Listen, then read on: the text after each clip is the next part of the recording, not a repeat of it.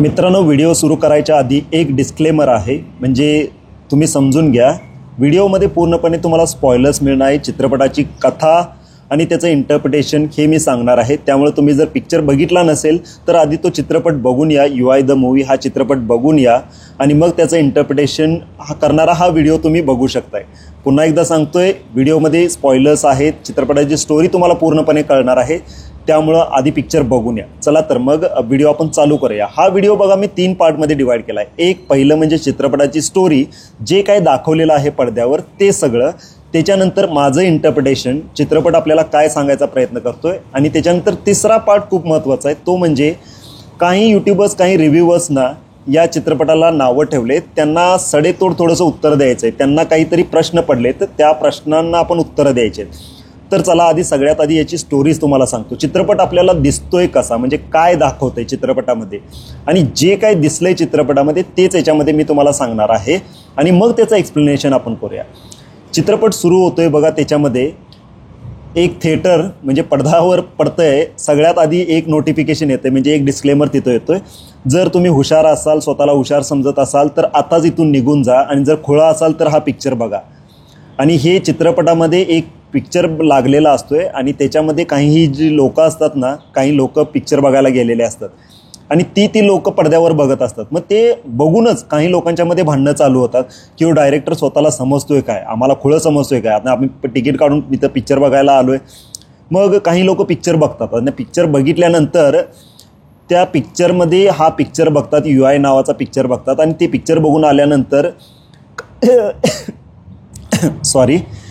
काही लोक रिव्ह्यू देत असतात. काही लोक, त्याच्यामध्ये एक गुंड दाखवलेला आहे, त्याच्यामध्ये एक गुंड उठतोय मधनंच, पिक्चरच्या मधूनच उठतोय. तो स्वतःची चेन वगैरे काढून देतोय, त्याच्या बाकीच्यांना देतोय आणि फोन करून सांगतोय की भावाला, अरे तुला माझी बायको आवडते ना, ती बायको घेऊन टाक. आणि तो म्हणजे एकदम असं, मला आता कशाचीच गरज नाही असं वागायला चालू करतोय. आणि त्याच्यानंतर 2 मुली येतात. त्या 2 मुली बाहेर येतात आणि त्यांचे बॉयफ्रेंड पण असतात. त्या बॉयफ्रेंडना सांगतात की आम्हाला तुम्हाला काहीतरी खरं सांगायचं आहे. आतापर्यंत आम्ही तुम्हाला खोटं सांगत होतो की आमचं दोघांवर एकमेकावर प्रेम आहे, म्हणजे एका मुलीचं दुसऱ्या मुली, आणि त्या दोन्ही लेस्बियन आहेत, एकमेकींना किस करतात आणि त्यांचे बॉयफ्रेंड पळून जातात. आणि दुसरा एक सीन दाखवलेला आहे की हा चित्रपट बघून येतात आणि हा चित्रपट बॅन झाला पाहिजे, हा चित्रपट बॅन झाला पाहिजे, दंगा धुडकूस झाला करतात. हे सगळं म्हणजे चित्रपट जसा काही तिथं त्या थिएटरमध्ये दिसतो, तिथलं 2 रिॲक्शन दाखवलेले आहेत. एक, एकदम खुश असतात, एकदम खुश असतात, रिलॅक्स, आता मला कशाची गरज नाही, मी एकदम निवांत आहे, सुखी आहे. आणि दुसरी पार्टी अशी असते, ते म्हणजे चित्रपट बंद झाला पाहिजे, हे काय चित्रपटात फालतूपणा दाखवला आहे. मग आपल्याला कळत नाही की ह्या पिक्चरमध्ये जे पिक्चर लावला आहे आणि ते बघून ऑडियन्स असं का करायला लागले. मग मेन स्टोरी लाईन येते. एक बाई फोन करते एका क्रिटिकला, अरे तरण आदर्श, तू तो चित्रपटाचा रिव्ह्यू देणार होतास, यू आय द मूवी याचा रिव्ह्यू देणार होता, त्याचं काय झालं. मग तो म्हणतोय की नाही, मी रिव्ह्यू अजून तयार नाही, मी 3-4 वेळा बघितला पण अजून मी इंटरप्रेट केलेलं नाही त्याला, मला अजून एकदा मला पिक्चर बघू दे आणि मग मी तुम्हाला सांगतो. आणि एक महत्त्वाचा मुद्दा मी सांगायला विसरलो की चित्रपट जेव्हा सुरू होतो ना, त्यावेळी ह्याच्यामध्ये एक सर्टिफिकेट, जसं ते सेन्सॉर बोर्डाचं सर्टिफिकेट असतं ना, ते दाखवलं. काही चित्रपटांना यू सर्टिफिकेट मिळतं, काही चित्रपटांना ए सर्टिफिकेट मिळतं, काहींना UA मिळतं, पण या चित्रपटाला UI हे मिळालं आहे. आता ते म्हणजे काय, यू सर्टिफिकेट म्हणजे काय, अनरिस्ट्रिक्टेड, याला काही रिस्ट्रिक्शन नाही आहे. त्यानंतर ए म्हणजे काय, ओन्ली फॉर ॲडल्ट्स, फक्त प्रौढांसाठी, जे 18 वर्षाच्या पुढचे आहेत. UA म्हणजे काय, हे लहान मुलं बघू शकतात 12च्या वर्षी, पण ॲडल्ट बरोबर, हे प्रौढांबरोबरच राहून बघू शकतात. पण UI हा चित्रपटाला, UI हे सर्टिफिकेट या चित्रपटामध्ये दाखवलं आहे. आता ते म्हणजे काय, युनिव्हर्सल इंटेलिजन्स. जर तुम्ही खरोखर इंटेलिजंट असाल तरच हा पिक्चर बघा, असं या पिक्चरवाल्यांचं म्हणणं. मग तो आता चित्रपटाची मेन स्टोरी, जसा तो क्रिटिक, ज्याला स्टोरी ती लिहायची असते ना, म्हणजे क्रिटिक रिव्ह्यू द्यायचा असतो, तो हुडकत जातो आणि तो उपेंद्रला भेटणार असतो, जो याचा रायटर आहे, डायरेक्टर आहे. मग तो एका घरामध्ये जातो आणि त्या घरामध्ये काम करणारी ती बाई म्हणते, उपेंद्र तर इथं नाही आहे, ते स्टोरी लिहित होते आणि त्यांनी आपली पानं इथं फाडून टाकली, जाळलीत आणि ती गेलीत. मग तो म्हणतो की त्या बाईला की मला ते मिळतील का पानं, जी कुठं आहे ती. मग ती पहिला थोडा कसवसते, त्याच्यानंतर ती पेजेस सगळे त्याला देते आणि तो मग तो स्टोरी वाचायला लागतो. मग स्टोरी वाचताना आपल्या पुढं तर सगळं एक स्टोरी घडायला चालू होती. तिथून तो सीन कट होतो. मग आपल्याला एक सीन कळतं. एक गाव असं दाखवलेलं आहे. त्या गावामध्ये काय, एक बिल्डिंग असते, तिथं घर, ज्याच्यामध्ये सत्या नावाचा एक माणूस असतो. आणि सत्या त्या कॉलनीमध्ये ना, त्याला लोक खूप मारत असतात, म्हणजे गुंड लोक मारत असतात, ते आपल्याला दिसतं. आणि सत्या मार खात असतो आणि ती गुंड लोक सत्याला मारतात आणि निघून जातात. आणि त्या कॉलनीतली सगळी लोक सत्याच्या नावानं जय जयकार करतात आणि म्हणतात की लोक दुसऱ्यांना मारतात, पण हा एक असा माणूस आहे जो आपल्यासाठी मार खायला लागलाय. मग तो सत्या जो असतो तो उपेंद्र असतो. मग कळतं की आपल्याला की सत्या हे एक चांगलं कॅरेक्टर आहे. मग त्याच कॉलनीमध्ये एक मुलगी असते, ती सत्यावर प्रेम करत असते आणि सत्याबरोबर एक जोकरसुद्धा असतो तिथं. आणि दुसरीकडं एक बिल्डिंग अशी असते, त्या बिल्डिंगमध्ये ना काही लोकांना कैद केलेलं असतं. एकदम सगळी डेंजर, बाद माणसं, गुंड लोक तिथं. आणि ते कैद करून कोण आता आणत असतं, सत्यासारखा दिसणारा त्याचा, म्हणजे आपण काय म्हणू शकतो, त्याचा डुप्लिकेट कल्की, त्याचं नाव असतं कल्की. तो लोकांना जी कोण वाईट काही वागत असतात ना, त्या सगळ्यांना तिथं धरून आणत असतो आणि त्या बिल्डिंगमध्ये डांबून ठेवत असतो.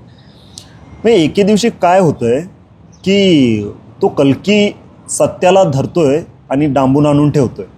आणि सत्याच्या जागेवर आपण जाऊन बसतोय आणि सगळ्यांना सांगतोय की मी सत्या नाही आहे, मी कल्की आहे. म्हणजे तुम्हाला मी आत्तापर्यंत सत्य आहे म्हणून सांगत होतो, पण मी कल्की आहे.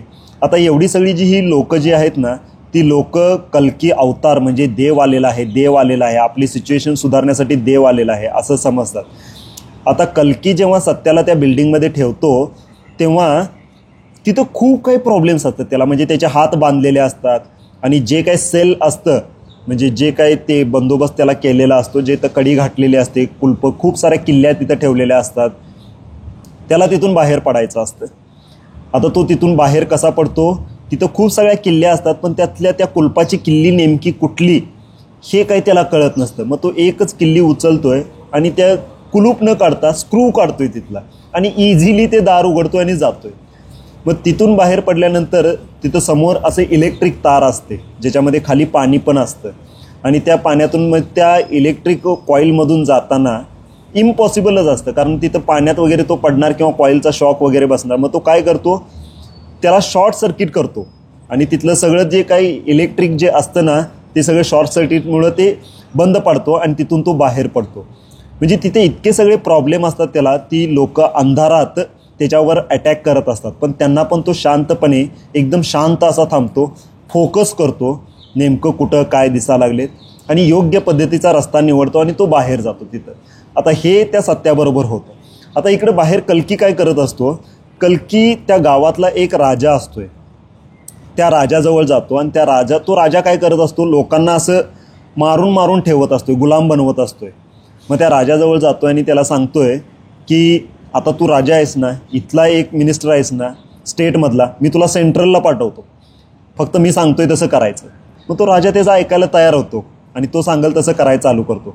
पण त्याचा ऐकत असताना ना, तो कल्की एवढ्या सगळ्या लोकांना काय करतो, जी लोक कोण वाईट वागत असतात ना, त्या सगळ्या लोकांना उद्ध्वस्त करून टाकतो. आणि हे सगळं तो का करत असतो की त्याची आई जी असते ना, त्याच्या आईवर काही लोकांनी अत्याचार केलेले असतात.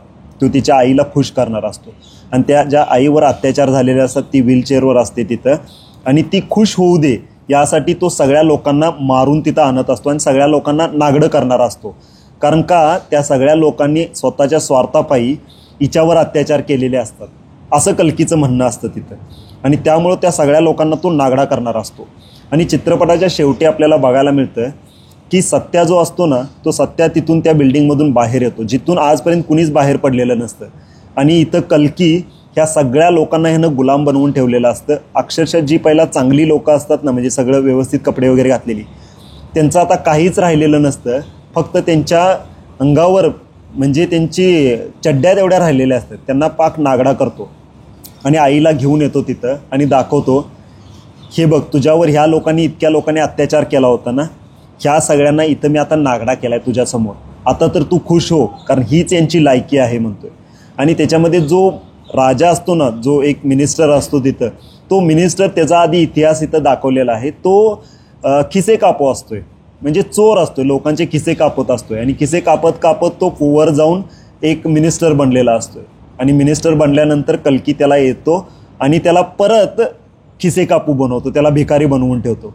आणि शेवटला आपल्याला इथं दिसतं काय, पिक्चर जिथं एंड होतो तिथं आपल्याला सत्या बाहेर येतो आणि सत्यामध्ये आणि कल्कीमध्ये दोघांच्यामध्ये कॉन्व्हर्सेशन होतं आणि जो काही कल्की असतो ना त्यानं लोकाला अक्षरशः भिकारी बनवून ठेवलेलं असतं आणि आईला दाखवत असतो. पिक्चर संपतो इथं. आता बोलूया माझ्या इंटरप्रिटेशनबद्दल. पिक्चर नेमका आपल्याला सांगायचा प्रयत्न काय करतो. उपेंद्र हा पिक्चर म्हणजे एक टिपिकल उपेंद्र स्टाईलचा पिक्चर आहे. याच्यामध्ये आपल्याला उपेंद्र काय सांगता येतं की त्यांच्या आधीचे जर तुम्ही पिक्चर बघितला तर ते आधीचे पिक्चर फोकस करतायत की आपण अजून बेटर कसं व्हायचं. हा पिक्चरमध्ये त्यांच्या टायटलपासून आपण चालू करूया. त्याचं जे टायटल जे आहे ना, यू आणि आय, याच्यामध्ये यू हे वापरलेलं आहे सिम्बॉलिकली, यू म्हणजे तुम्ही आणि आय म्हणजे मी.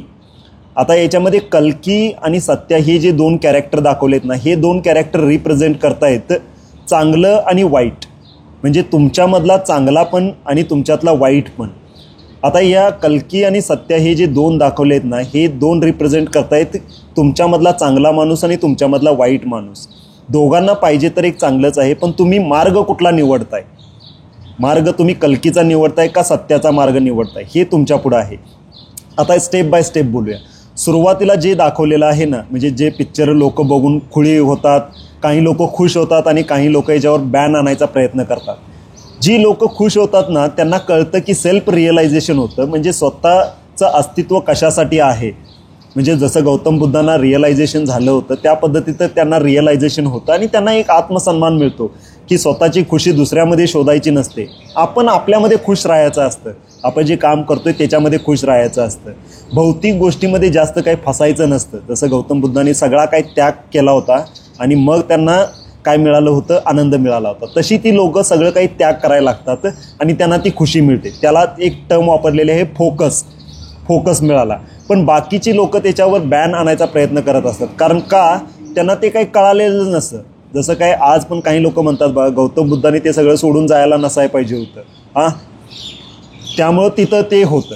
आणि बाकी याच्यामध्ये जो खिसे कापू वापरलेला आहे, म्हणजे जो मिनिस्टर होतो तो सध्याच्या नेते मंडळींसाठी वापरलेला आहे. एखादा नेता बाकी सगळ्या लोकांना गंडवून त्यांचे सगळ्यांना म्हणजे त्यांचे खिसे कापून तो कसा वर जातो, हे एक मेटॅफर इथं वापरलेलं आहे. ओके, जे फिगर ऑफ स्पीच आपण म्हणतो ते मेटॅफर इथं स्क्रीन प्लेमध्ये वापरलेलं आहे. आणि तिची जी आई आहे, कल्की आणि सत्याची जी आई आहे, ते इथं मेटॅफर वापरलेलं आहे आपल्या पृथ्वीसाठी. आपली पृथ्वी हे खूप सुंदर होती आधी, आणि याच्यामध्ये ॲडम आणि ईवची पण स्टोरी दाखवलेली आहे, ते तुम्हाला सांगायचं राहिलं. म्हणजे आता पृथ्वी खूप सुंदर होती, पण लोक अक्षरशः त्या लोकांच्या मनामध्ये ग्रीड आलं, त्याच्यामध्ये स्वार्थ आला, आणि जसा काय त्यांच्या मनामध्ये स्वार्थ आला आपल्या ह्या सुंदरशा पृथ्वीला त्यांनी म्हणजे ओरबडायला चालू केलं. आणि तिचं जे काही सौंदर्य होतं ना ते स्वतःच्या स्वार्थासाठी आणि लोभासाठी सगळ्यांनी तिच्यावर अत्याचार केले, अक्षरशः तिच्यावर बलात्कार केला, लुबाडलं. आणि ज्यांनी तिला लोबाडलं ना ती सगळी लोक हे स्वतःच्या लोभासाठी होतं आणि लुबाडून तिला ते सोडून दिलं. आता जी सत्याची आणि कल्कीची जी आई अशी अर्धमेली होऊन पडलेली असती त्या व्हीलचेअरवर, ते म्हणजे आपली पृथ्वी आहे. पहिला खूप सुंदर होती, पण लोकांनी तिच्यामध्ये मायनिंग केलं, गोल्ड रशिंग केलं,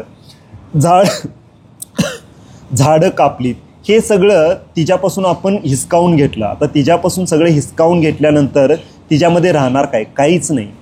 डोंगर सगळे पोखरले, सगळं काय केलं, आणि आत्ताची जी पृथ्वी आहे ना ते ग्लोबल वॉर्मिंग हे ते सगळे असे इश्यू होऊन ती अर्धमेली होऊन बसलेली आहे. आता हे सगळं त्याचं मेटॅफरिकली मिनिंग आहे. आणि बाकी सगळ्यात महत्त्वाचं, सत्याला ज्या जेलमध्ये बंद केलेलं असतं ना ते जेल म्हणजे आपला मेंदू आहे. आणि जो सत्या जो आहे ना ते आपण स्वतः आहे. सत्याला जिथं बंद केलेलं असतं म्हणजे तुम्ही तुमच्या स्वतःच्या मेंदूनं तयार केलेल्या एका इमॅजिनेशनमध्ये अडकलेला आहात. आता ज्या काही तुम्ही इमॅजिनेशनमध्ये अडकलेला आहात तिथून तुम्ही बाहेर तेव्हाच पडू शकता जेव्हा तुम्ही फोकस कराल. सत्याला जे काही प्रॉब्लेम येतात ना तिथं ते थोडेसे इमॅजिनरी पण असतात. आता सत्याला जेव्हा ज्या सेलमध्ये तिथं बंद केलेलं असतं त्याच्यापुढे कुलूप लावलेलं असतं आणि खूप सगळ्या किल्ल्या असतात. आता बघणाऱ्याला ते असं वाटत असतं की हे खूप डिफिकल्ट आहे, ही किती अवघड आहे, आता ह्यातली किती किल्ल्या लावून बघायच्या आणि मग ह्यातनं बाहेर पडणार. पण सत्य त्यातली एक किल्ली उचलतो आणि स्क्रू काढतो आणि कुलूप काढून बाजूला ठेवतो, म्हणजे ते लॉकच. म्हणजे कधी कधी आपल्याला प्रॉब्लेमचं सोल्युशन आपल्या समोरच असतं, एकदम सोपं असतं, पण ते आपल्याला समजत नाही. हे त्या सीनमधून उपेंद्रना दाखवायचं आहे. त्याच्यानंतर जी काही लोक तिथं त्याच्यावर अटॅक करत असतात ना, ते लोक म्हणजे आपल्यात येणारे सगळे बाद विचार, आपल्या डोक्यात येणारे सगळे बाद विचार हे आपल्यावर अटॅक करत असतात, आपल्यावर हावी व्हायचा प्रयत्न करत असतात. पण तुम्हाला ते शांत चित्ताने हँडल करायचे. त्यांना समजून घ्या हे बाद विचार आहेत, यांच्याकडे आपल्याला जायचं नाही. आपल्याला जायचा जो रस्ता आहे तो क्लिअर असायला पाहिजे. जसं सत्याला त्या बिल्डिंगमधून बाहेर जायचं होतं, म्हणजेच काय, सत्या एकदम क्लिअर होता. जिथं काय त्याला असं काही अट्रॅक्ट करणारं फॅसिनेटिंग येतंय, डायव्हर्ट करणारं, सत्या तिथं थांबतोय आणि विचार करतोय आणि मग डिसिजन घेतोय. तो कुठल्याही भूलथापांना बळी पडत नाही. तो जेव्हा त्या बिल्डिंगमधून बाहेर पडत असतोय ना, तेव्हा त्याच्यापुढं बायका येतात, त्याच्यापुढे डाकू लुटेरे हे सगळे येतात, पण त्यावेळी तो थांबतोय, विचार करतोय आणि मग डिसिजन घेतोय. हे प्रेरित काय करते माहिती आहे काय, तुम्ही जेव्हा तुमच्या आयुष्यामध्ये असं काहीतरी येतंय जे तुम्हाला अट्रॅक्ट करायला लागले किंवा तुम्हाला असं स्टिम्युलेट करायला लागले काहीतरी करण्यासाठी, तेव्हा थांबा, विचार करा, योग्य काय आहे बघा आणि मग निर्णय घ्या. आणि तुम्ही क्लिअर राहा की तुम्हाला काय पाहिजे. आता जसा कल्की तिथं बाहेर लोकांना काय देत असतोय, अक्षरशः भिकारी बनवून ठेवलेला असतोय आणि त्यांना मोबाईल देत असतोय आणि थोडंसं खायला अन्न देत असतोय. आणि तो एक म्हणतोय की याच्यामध्ये एक महायुद्ध दाखवलेलं आहे, महायुद्ध जवळ आलं आहे, महायुद्ध. आता ते महायुद्ध काय रिप्रेझेंट करतंय, आपली निवडणूक. जेव्हा निवडणूक येते तेव्हा निवडणुकीमध्ये जे काही नेते मंडळी वेगवेगळे टेक्निक्स यूज करतात, त्या टेक्निक्सचं आता ते यूज काय करतोय, लोकांना बिझी ठेवायचं, लोकांना नशा लावायची.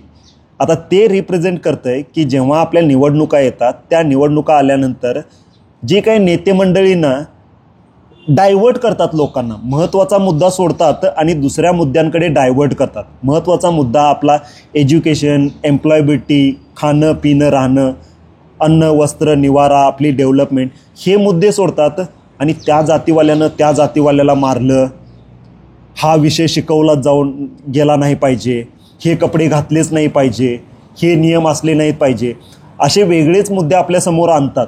हे तिथं ते रिप्रेझेंट करतंय. आणि बाकी कल्कीचं जे युद्ध चालू होतंय ना, त्याच्यामध्ये एक ट्रॅक्टर घेऊन आलेला असतोय माणूस, एक तलवार घेऊन आलेला असतोय, 3 माणसांबरोबर त्याचं युद्ध होत असते. म्हणजे ते रिप्रेझेंट काय करतात, एक तिथं फार्मर म्हणजे एक शेतकरी आहे, एक बिझनेस करणारा आहे, हे असे वेगवेगळी लोक रिप्रेझेंट करतात. त्यांच्या विरुद्ध हा कल्की लढत असतो. कल्की म्हणजे काय, आपल्यातला तो, त्याला सरळ करायचं आहे पण वाईट मार्गानं सरळ करायचं आहे, सगळ्या लोकांचा त्याला बदला घ्यायचा आहे. तो त्याला तिथं कल्कीचा अवतार दाखवलेला आहे.